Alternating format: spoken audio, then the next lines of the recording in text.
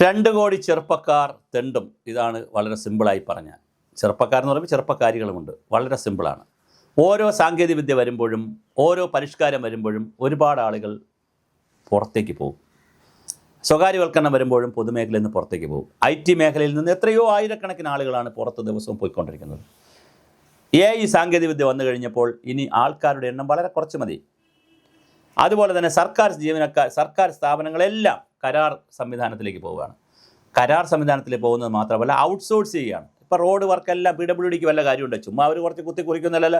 മുഴുവൻ റോഡും ചെയ്യുന്ന ഊരാളങ്കൽ ലേബർ സൊസൈറ്റിയാണ് കൂടുതലും ചെയ്യുന്നത്. പിന്നെ ടാറ്റ കൺസൾട്ടൻസിക്കാരെ കൊണ്ട് അങ്ങനെ ലോകത്തുള്ള അവരൊക്കെയാണ് റോഡെല്ലാം ചെയ്യുന്നത്. ഇവിടെ റോഡ് ചെയ്യുന്നതിൽ PWDക്ക് വല്ല പങ്കുണ്ടോ? ഒന്നുമില്ല. അത്രയ്ക്ക് അവിടെ പോസ്റ്റും ഇല്ല.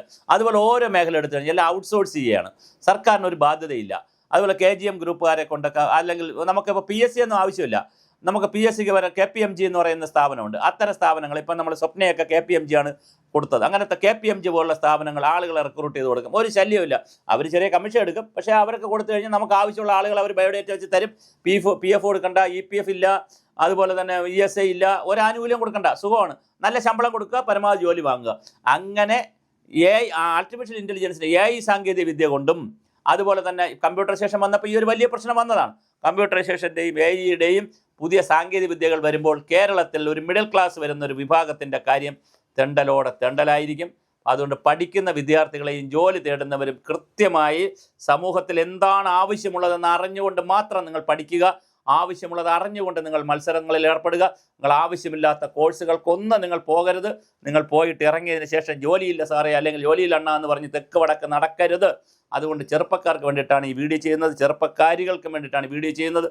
നിങ്ങൾ വരുന്ന കാലത്തിൻ്റെ ഈ മാറ്റം എന്താണെന്ന് മനസ്സിലാക്കി അങ്ങനെ നിങ്ങൾ കോളേജുകളിൽ സ്കൂളുകളിലൊക്കെ അങ്ങനെ നിങ്ങൾ ട്യൂൺ ചെയ്യപ്പെട്ടില്ലെങ്കിൽ നിങ്ങൾ തൊഴിലില്ലാതെ തെക്ക് വടക്ക് നടക്കേണ്ടി വരും. അവസാനം എഞ്ചിനീയറിംഗ് പാസ്സായിട്ട് സൊമാറ്റോയിലേക്കും ബറോട്ട അടിക്കാനും സ്വിഗ്ഗിയിലേക്കും ഒക്കെ പോകേണ്ട, ഊബർ ആട്ടോ ഓടിക്കാനും ഊബർ കാർ ഓടിക്കാനും പോകേണ്ട സ്ഥിതിയിലേക്ക് വരും. എഞ്ചിനീയർമാരും ഡോക്ടർമാരും നഴ്സിംഗ്മാരും BDSും ആയുർവേദവും ഒക്കെ ഇങ്ങനെ വരും. ഞാനിത് പറയാൻ കാര്യം, നമ്മൾ ഈ നേരത്തെ എഞ്ചിനീയർമാർ ബറോട്ട അടിക്കുന്നു എന്നൊരു വീഡിയോ നമ്മൾ ചെയ്തിരുന്നു. വലിയ വൈറലായ വീഡിയോ ആണ്. 1 ലക്ഷത്തോളം പേരുകളെ കണ്ടു. അപ്പോൾ നമ്മൾക്ക് ഒരുപാട് ആളുകൾ അവർ സ്വകാര്യമെന്ന് നമ്മൾ, സാർ ഞാൻ ഇത്രയും ക്വാളിഫൈഡ് ആണ്, പ്രൊഫഷണൽ, പക്ഷേ എനിക്ക് വേറൊരു ജോലി കിട്ടുന്നില്ല, എന്നെ ആരും പ്രൈവറ്റിൽ പോലും എടുക്കുന്നില്ല. അപ്പോൾ ഞാൻ എന്ത് ചെയ്തു? പോയിടത്തെല്ലാം പരാജയപ്പെട്ടപ്പോൾ ഞാനിപ്പോൾ ബറോട്ട അടിക്കാൻ നടക്കുന്നു. അത് കറക്റ്റാണ് എന്നോട് പറഞ്ഞത്. അപ്പോൾ അതുകൊണ്ട് അതിൽ നമ്മൾക്കൊരു ത്രെഡ് കിട്ടാതെ, ഒരു ജേർണലിസ്റ്റ് എന്ന തമ്മിലുള്ള ത്രെഡില്ല, ചുമ്മാ സൂര്യയിൽ നിന്ന് പസ്മ ഇങ്ങനെ വലിച്ചു പോകുമെന്ന് പറഞ്ഞിട്ട് സ്വയംഭൂ പരിപാടിയില്ല.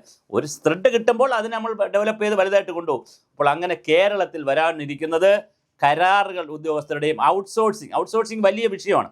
അപ്പോൾ വാട്ടർ അതോറിറ്റി ഈ കുടിവെള്ളം എറണാകുളത്ത് ഔട്ട്സോഴ്സ് ചെയ്യുകയാണ്. വേറൊരു ഏജൻസിയാണ് വന്ന് ചെയ്യുന്നത്. തിരുവനന്തപുരം സിറ്റിയിലെ വാട്ടർ അതോറിറ്റി സംവിധാനം ഔട്ട്സോഴ്സ് ചെയ്യുകയാണ്.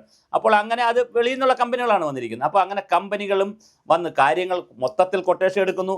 അപ്പോൾ സർക്കാർ സംവിധാനങ്ങളിലും സ്ഥാപനങ്ങളിലും ജോലി കിട്ടുന്നില്ല. അതുപോലെ ഇപ്പോൾ കെൽട്രോണിലൊക്കെ വലിയ ഔട്ട്സോഴ്സിംഗ് ആണ് ചെയ്തിരിക്കുന്നത്. അപ്പോൾ ഔട്ട്സോഴ്സ് ചെയ്തുകൊണ്ട് അതൊരു പുതിയ നല്ല, പണ്ടൊക്കെ ആയിരുന്നു അങ്ങനെ പറയുള്ളായിരുന്നു, പക്ഷേ ഇപ്പോൾ അത് വളരെ പക്കയായിട്ട് വന്നിട്ടുണ്ട്.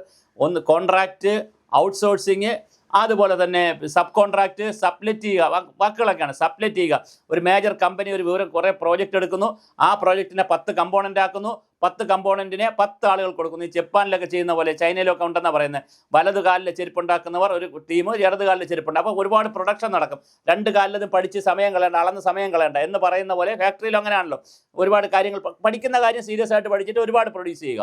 അപ്പോൾ എന്ന് പറയുന്ന പോലെ കേരളത്തിൽ ഒരു പ്രോജക്റ്റ് ഉണ്ടെങ്കിൽ അതിനെ 10ഓ 15ഓ കമ്പോണൻ്റ് ആക്കി മാറ്റുക. ഓരോ കമ്പോണൻറ്റും ഓരോ ആളുകൾക്ക് സപ്ലറ്റ് ചെയ്ത് കൊടുക്കുക. അപ്പോൾ അവർ ചെയ്തോളൂ. എന്നിട്ട് കോമൺലി ഒരു സെൻട്രലൈസ്ഡ് മോണിറ്ററി സിസ്റ്റം മതിയല്ലോ.